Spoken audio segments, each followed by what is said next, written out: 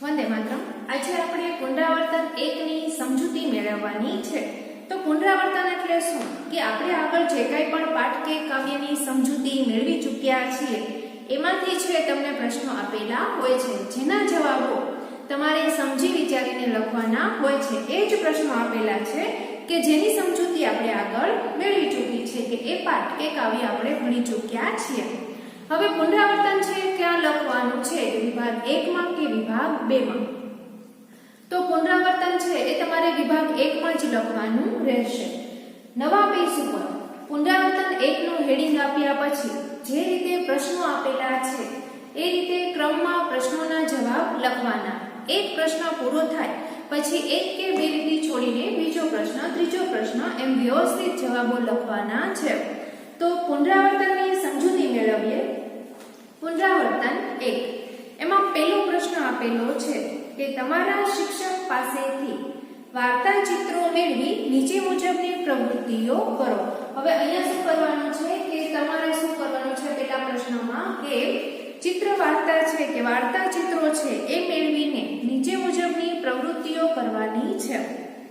તો આ માટે તમારે શું કરવાનું કે કોઈ પણ ન્યૂઝપેપરમાં આવતી ચિત્ર વાર્તા છે અથવા તો મેગેઝિન સામાયિક છે એમાં જે ચિત્ર વાર્તા આવતી હોય છે તમારે એ લેવાની છે।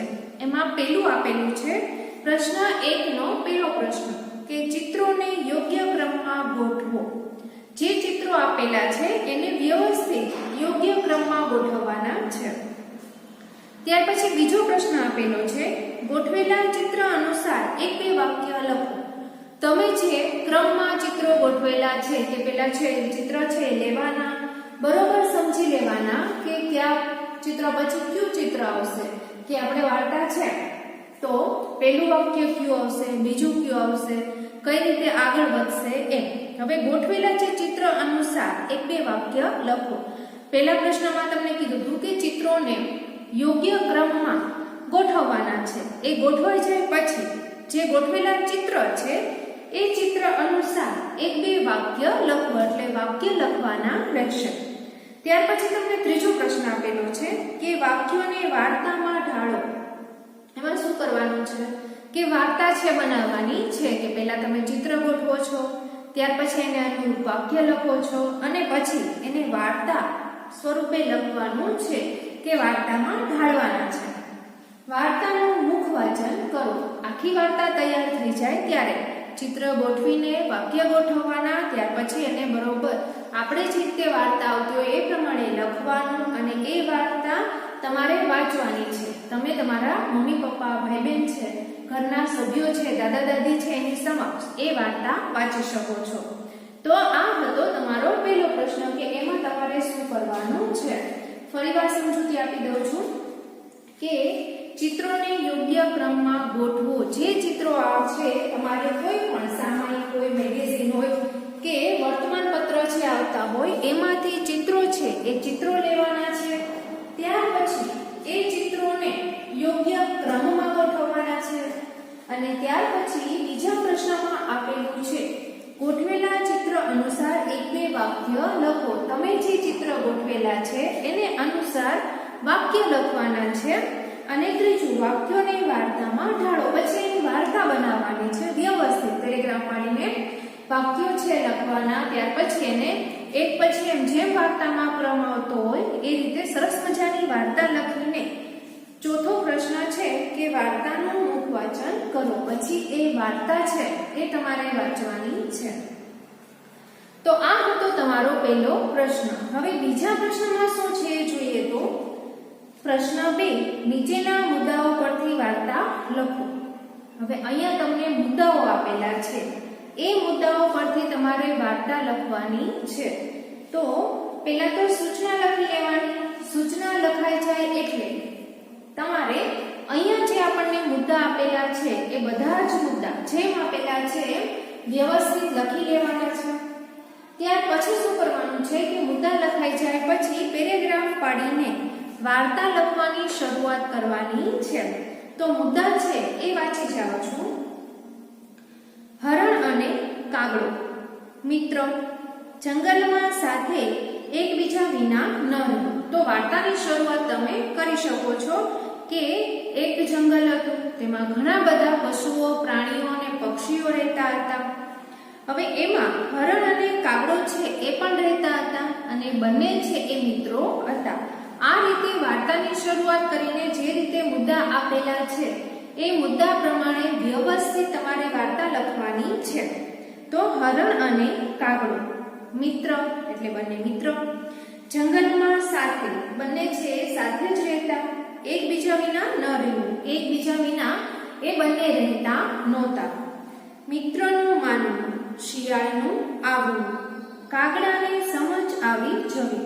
હવે ત્યાર પછી મુદ્દા આપેલા છે કે વાર્તાની શરૂઆત થાય છે, પછી શું થાય છે કે મિત્રનું માનવું, ત્યાર પછી શિયાળ છે એનું આવવું, કાગડાને સમજ આવી જવી. કાગડો છે એ શિયાળની યુક્તિ જે હોય છે એ સમજી જાય છે. હરણને વાત કરવી, એ હરણને વાત કરે છે, સમજાવે છે. શિયાળની લાલચ, હરણને ફસાવવું, શિયાળની લાલચ હતી કે કોઈ પણ રીતે હરણને ફસાવવું છે.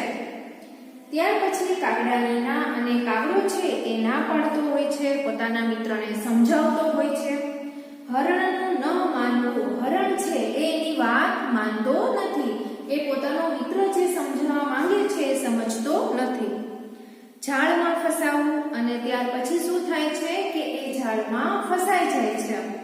મિત્રની વાત યાદ આપી, અને જ્યારે એ એની ઝાડમાં ફસાઈ જાય છે ત્યારે એને પોતાનો જે મિત્ર છે એને જે કહેવા માંગતો હતો, સમજાવવા માંગતો હતો, એ એને સમજાઈ જાય છે અને એ વાત છે એને યાદ આવે છે.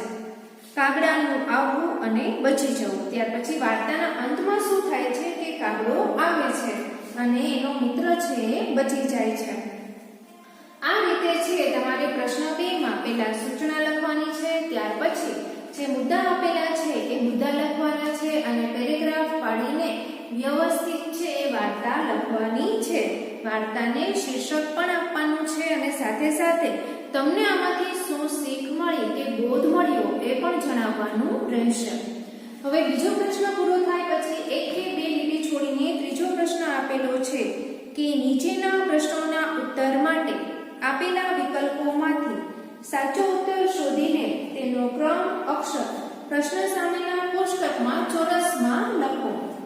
હવે બીજો પ્રશ્ન પૂરો થાય એટલે 1 કે 2 લીટી છોડીને ત્રીજા પ્રશ્નની સૂચના લખવાની છે અને ત્યાર પછી પહેલો, બીજો અને ત્રીજો એમ તમને જે 3 એમસીક્યુ આપેલા છે એ લખવાના છે અને સાથે સાથે એ ત્રણેયમાં કયો સાચો જવાબ આવે છે એ જણાવવાનું છે.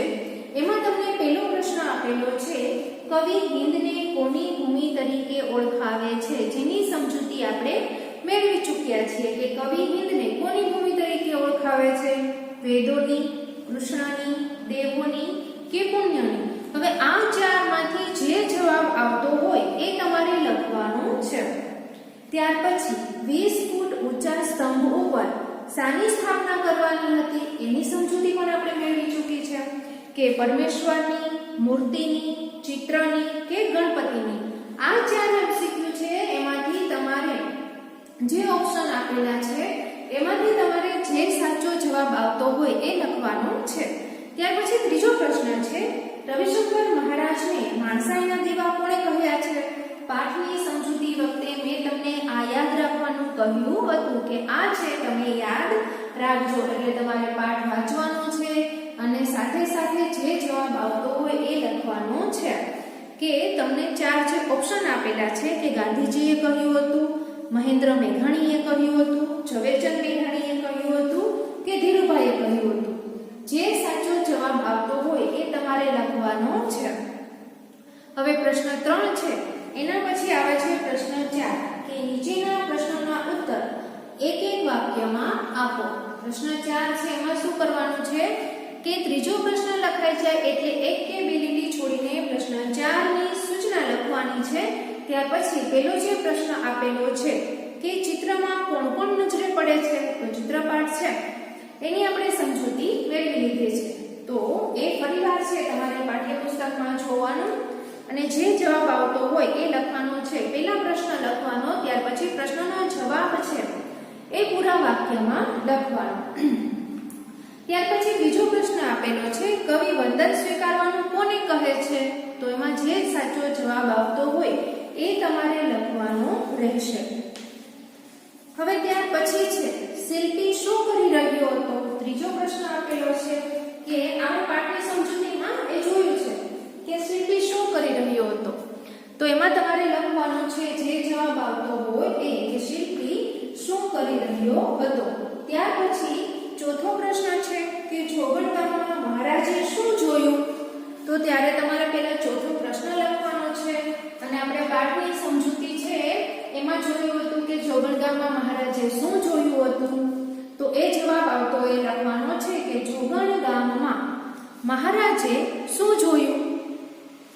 ત્યાર પછી પ્રશ્ન 5 છે, રવિશંકર મહારાજનો જીવન મંત્ર શું હતો? તો રવિશંકર મહારાજનો જીવન મંત્ર છે એ શું હતો એ તમારે લખવાનો છે. એના પછી પ્રશ્ન 6 આપેલો છે, શિલ્પીએ પહેલી મૂર્તિ પડતી કેમ મૂકી? શિલ્પી છે એ બીજી મૂર્તિ ઘડી રહ્યો હતો. શા માટે એને પહેલી મૂર્તિ છે શા માટે પડતી મૂકી હતી? એ જે જવાબ આવતો હોય એ તમારે લખવાનો છે. પ્રશ્ન છે એ ફરીવાર વાંચી જાઓ છો, ધ્યાન આપજો કે નીચેના જે પ્રશ્નો આપેલા છે એના જવાબ તમારે એક એક વાક્યમાં લખવાના છે.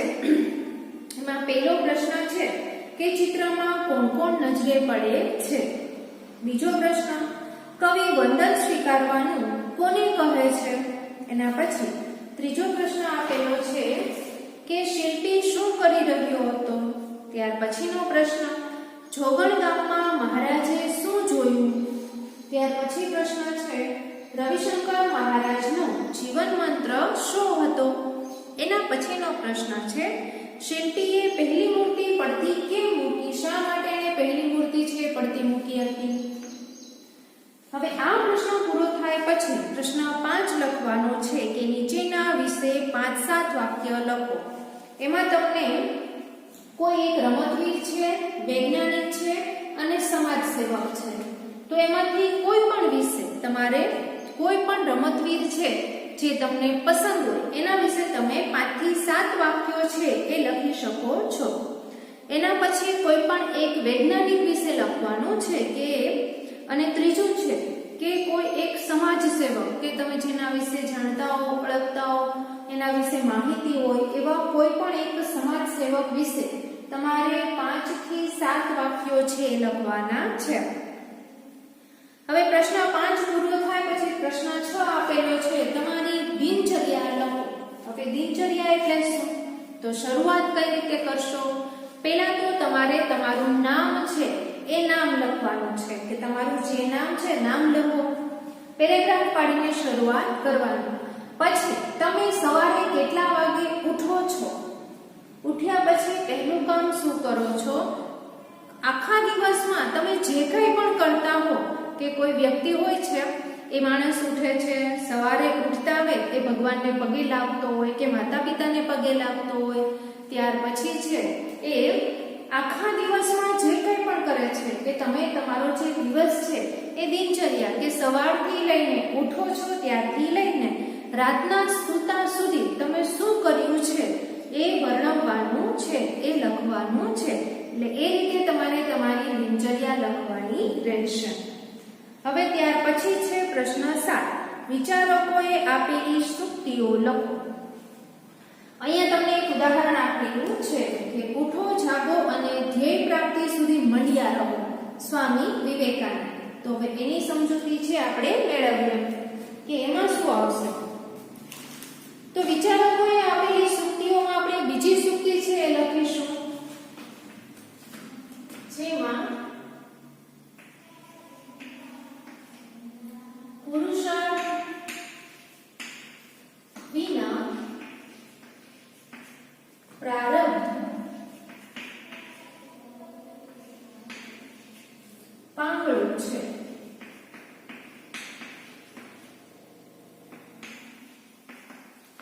આ કોણે કહ્યું છે? તો ચાણક્ય.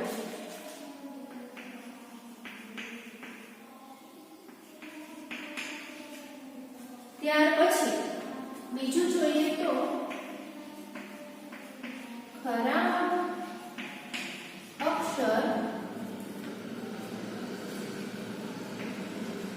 અધૂરી કેળવણી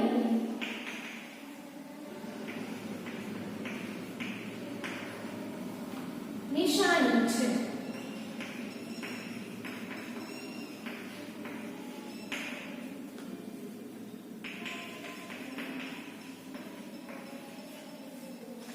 ત્યાર પછી જોઈએ તો ઘસારને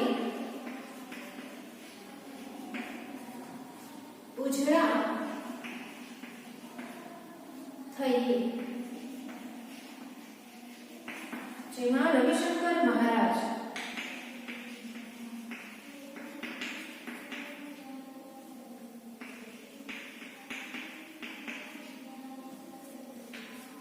હવે ત્યાર પછી છે સાચું સ્વર્ગ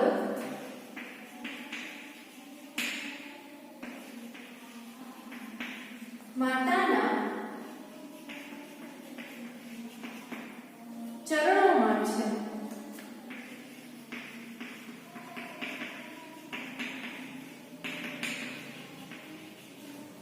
આપણને અહીંયા પ્રશ્ન જે 7 આપેલો છે એમાં વિચારકોએ જે સુક્તિ આપેલી હોય છે એ લખવાની છે. જેમાં આપણે પહેલું લખેલું છે કે પુરુષાર્થ વિના પ્રારબ્ધ પાંગળું છે, કે જે ચાણક્ય. ત્યાર પછી બીજું ખરાબ અક્ષર એ અધૂરી કેળવણીની નિશાની છે, ગાંધીજી. ત્યાર પછી ઘસાઈને ઉજળા થઈએ તો રવિશંકર મહારાજ. સાચું સ્વર્ગ માતાના ચરણોમાં છે તો એ મનુ. હવે આ રીતે છે સુક્તિઓ લખવાની છે. એના પછી પ્રશ્ન 8 ની સમજૂતી મેળવીએ તો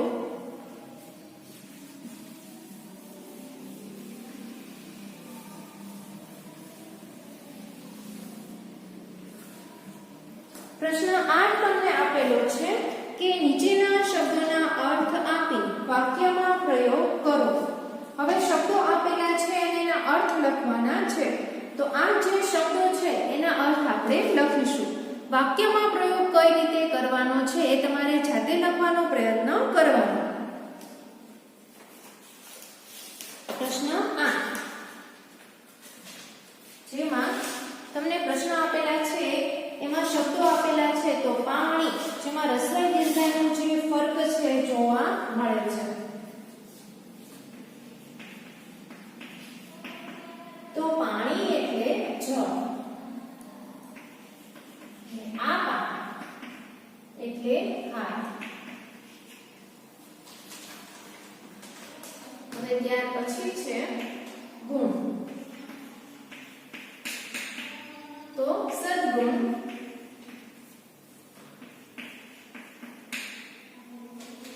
અને ગુણ એટલે થેલો કે કોથળો. ત્યાર પછી ચી, તો લાંબા સમય માટે.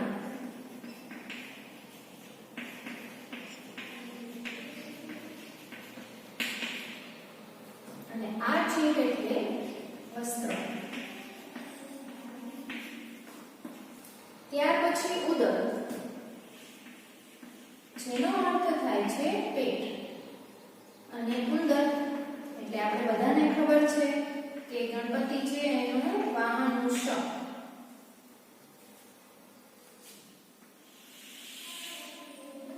ત્યાર પછી ગોળ, તો ગોળાકાર.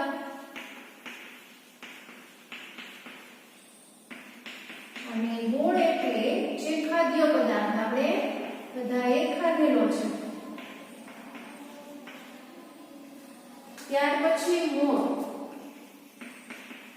એટલે મયુર, એક પક્ષી.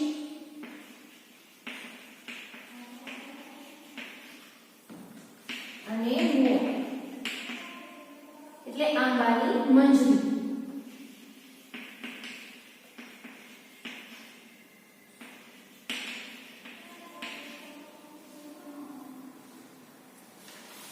હવે અહીંયા છે તમને શબ્દો આપેલા છે કે નીચેના શબ્દોના અર્થ આપી વાક્ય પ્રયોગ કરો.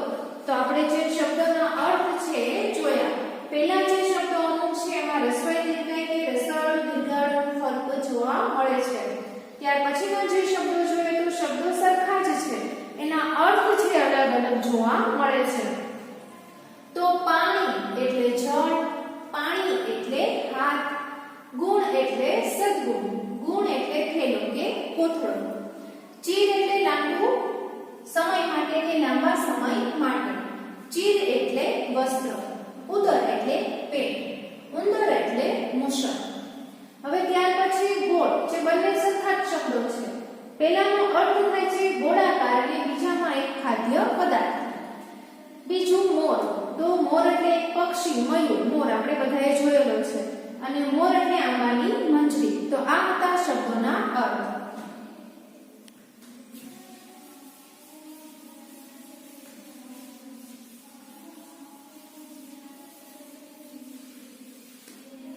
હવે ત્યાર પછી છે એ તમને આપેલું છે કે રોજિંદા વ્યવહારમાં બોલાતા અંગ્રેજી શબ્દોની યાદી બનાવીને તેનો વાક્ય પ્રયોગ કરો. પહેલા જે શબ્દો આપેલા છે એના અર્થ આપણે જોયા, એનો તમારે વાક્યમાં પ્રયોગ કરવાનો રહેશે. પ્રશ્ન 9 પણ એ રીતે જ છે કે રોજિંદા વ્યવહારમાં આપણે જે દરરોજ બોલતા હોઈએ એવા અંગ્રેજી શબ્દો જે બોલતા હોય એની યાદી બનાવવાની છે અને પછી તેનો વાક્યમાં પ્રયોગ છે કરવાનો છે. ઉદાહરણ તમને આપેલું છે કે ટેબલ છે. ટેબલ આપણે રોજબરોજના ઉપયોગમાં એ શબ્દ આવતો હોય છે કે વાક્ય હોમવર્ક કરવા માટે મારા ઘરે મોટું ટેબલ છે, ઉદાહરણ આપેલું છે. એ જ રીતે જે દરરોજ આપણે શબ્દ બોલતા હોઈએ એની પહેલા યાદ કરીને યાદી બનાવી લેવાની અને પછી એનો વાક્યમાં પ્રયોગ કરવાનો. ત્યાર પછી પ્રશ્ન 10 છે, નીચે જેવા શબ્દો શોધી તેનો વાક્યમાં પ્રયોગ કરો. ઉદાહરણ આપેલું છે કાચો, પોચો, નરમ, ગરમ. તો હવે એમાં આપણે પાઠ છે એમાં જોયું હતું કે આવા શબ્દો છે આવતા હોય છે. રવિશંકર મહારાજ પાઠની સમજૂતી મેળવી તો એમાં આપણે જોયું હતું કાચો, પોચો, નરમ, ગરમ. બીજા એવા શબ્દો છે શોધવાના છે તો આકુળ, વ્યાકુળ છે, હવા ઉજાસ છે. આવા શબ્દો છે એનો તમારે વાક્યમાં પ્રયોગ કરવાનો રહેશે. હવે ત્યાર પછી છે કે નીચેના શબ્દોને શબ્દકોશના ક્રમમાં ગોઠવો. એ જે શબ્દો આપેલા છે એને તમારે શબ્દકોશના ક્રમમાં ગોઠવવાના છે. તો આ છે આપણે પુનરાવર્તન છે એના દરેક પ્રશ્નોની સમજૂતી મેળવી કે કઈ રીતે છે તમારે જવાબો છે એ આવશે. તો આજનું તમારું હોમવર્ક શું રહેશે કે આજના હોમવર્કમાં એ છે કે આપણે જે પુનરાવર્તન એકની સમજૂતી મેળવી એમાં એ જ પ્રશ્નો આપેલા છે કે જે આપણે એની પાઠ અને કાવ્ય છે એની સમજૂતી છે મેળવી ચૂક્યા છીએ. એટલે તમે પાઠ કે કાવ્ય જોઈને જે પ્રશ્નો છે એ જોઈને તમે એના જવાબો છે લખી શકો છો. પણ પહેલા તો તમારે દરેક પ્રશ્નોનો જવાબ છે એ જાતે લખવા પ્રયત્ન કરવાનો. આજનું હોમવર્ક એ જ છે કે વ્યવસ્થિત સારા અક્ષરે તમારે પુનરાવર્તન છે પાકી બુકમાં લખવાનું છે. એમાં આપેલા દરેક પ્રશ્નનો જવાબ વ્યવસ્થિત અને સારા અક્ષરે લખવાનો છે. તો પુનરાવર્તન